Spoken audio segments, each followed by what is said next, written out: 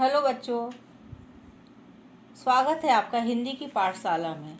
आज हम कक्षा 10वीं की स्पष्ट पाठ्य पुस्तक का दूसरा पद मीरा के पद के क्वेश्चन आंसर पढ़ेंगे। लास्ट वीडियो में हमने मीरा के पद के व्याख्यान पढ़ी थी। बच्चों, आप सभी साथ ही साथ इन नोट्स को अपनी कॉपी में नोट डाउन कर लीजिए। पहला प्रश्न, पहले पद में मीरा ने हरि से अपनी पीड़ा हरने की विनती किस प्रकार की है। मतलब कि जो मीरा जो दुखी है, कष्ट है उन्हें, तो वो हरि से, श्री कृष्ण भगवान से कह रही हैं कि मुझे किस तरह से, उन्हें बता रही हैं, विनती कर रही हैं कि मेरी जो पीड़ा है वो आप किस प्रकार हर सकते हैं, दूर कर सकते हैं।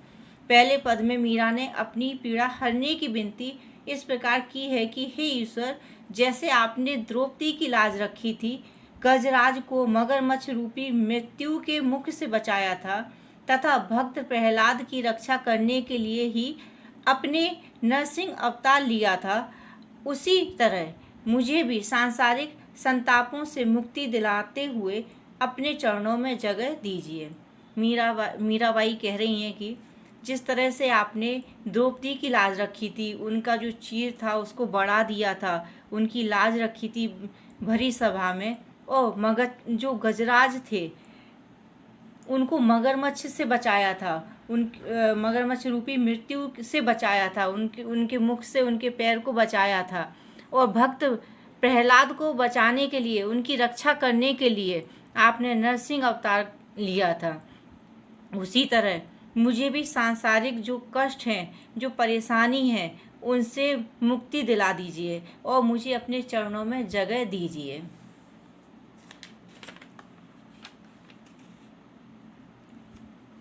दूसरा प्रश्न, दूसरे पद में मीराबाई श्याम की चाकरी क्यों करना चाहती हैं। मतलब चाकरी मतलब नौकरी, उनकी नौकरी क्यों करना चाहती हैं।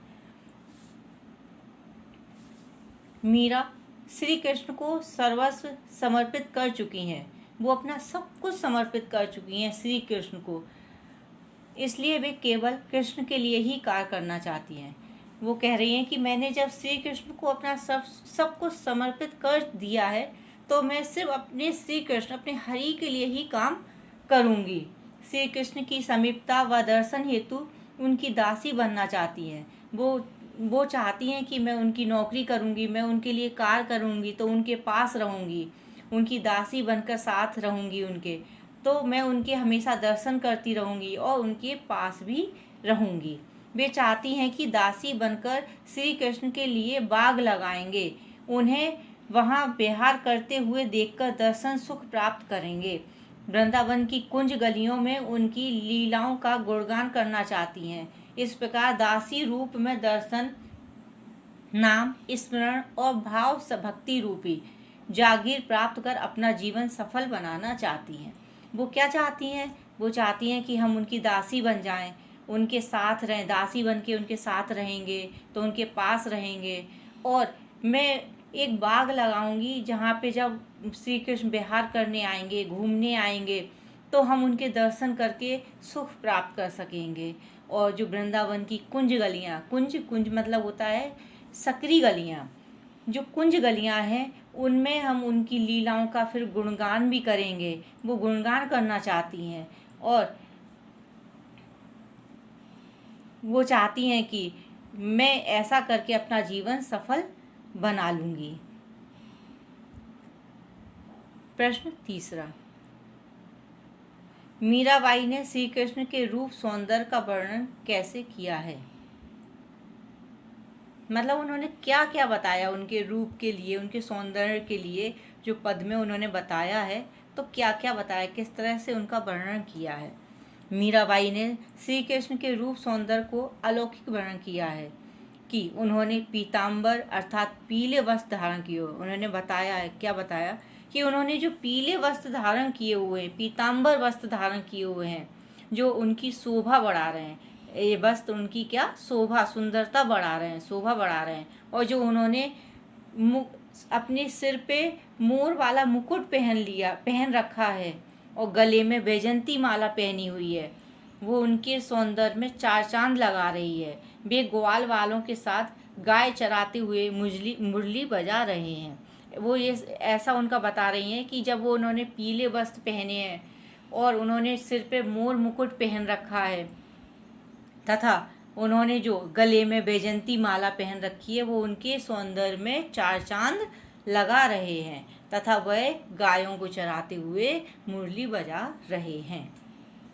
प्रश्न चौथा, मीराबाई की भाषा शैली पर प्रकाश डालिए। मीराबाई ने अपने पदों में ब्रज, पंजाबी, राजस्थानी, गुजराती आदि भाषाओं का प्रयोग किया है।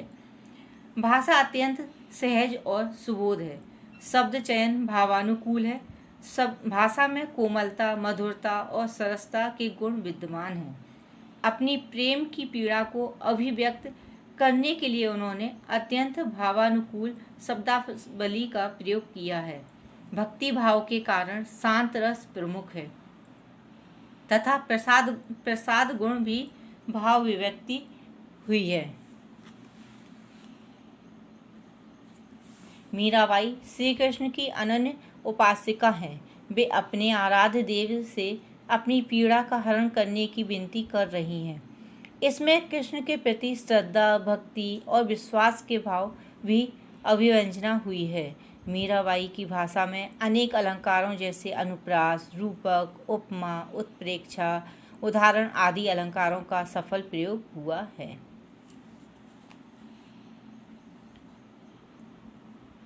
फिफ्थ नंबर का प्रश्न, वे श्री कृष्ण को पाने के लिए क्या क्या कार्य करने को तैयार हैं।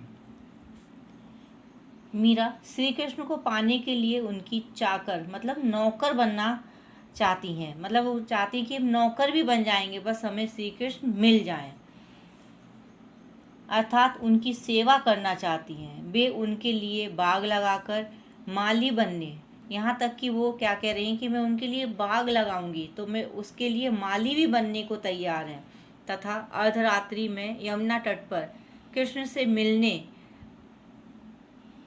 क्या अर्धरात्रि मतलब आधी रात को वो कृष्ण से मिलने के लिए यमुना तट पर भी जाने को तैयार हैं कि मुझे सिर्फ श्री कृष्ण से मेरा मिलना हो जाए।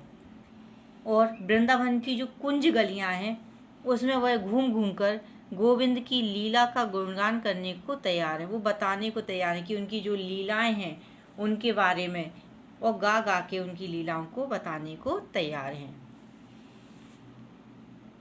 तो बच्चों, आज हमने मीरा के पद के प्रश्न उत्तर पढ़ लिए। आप इनको भी नोट डाउन कर लीजिए।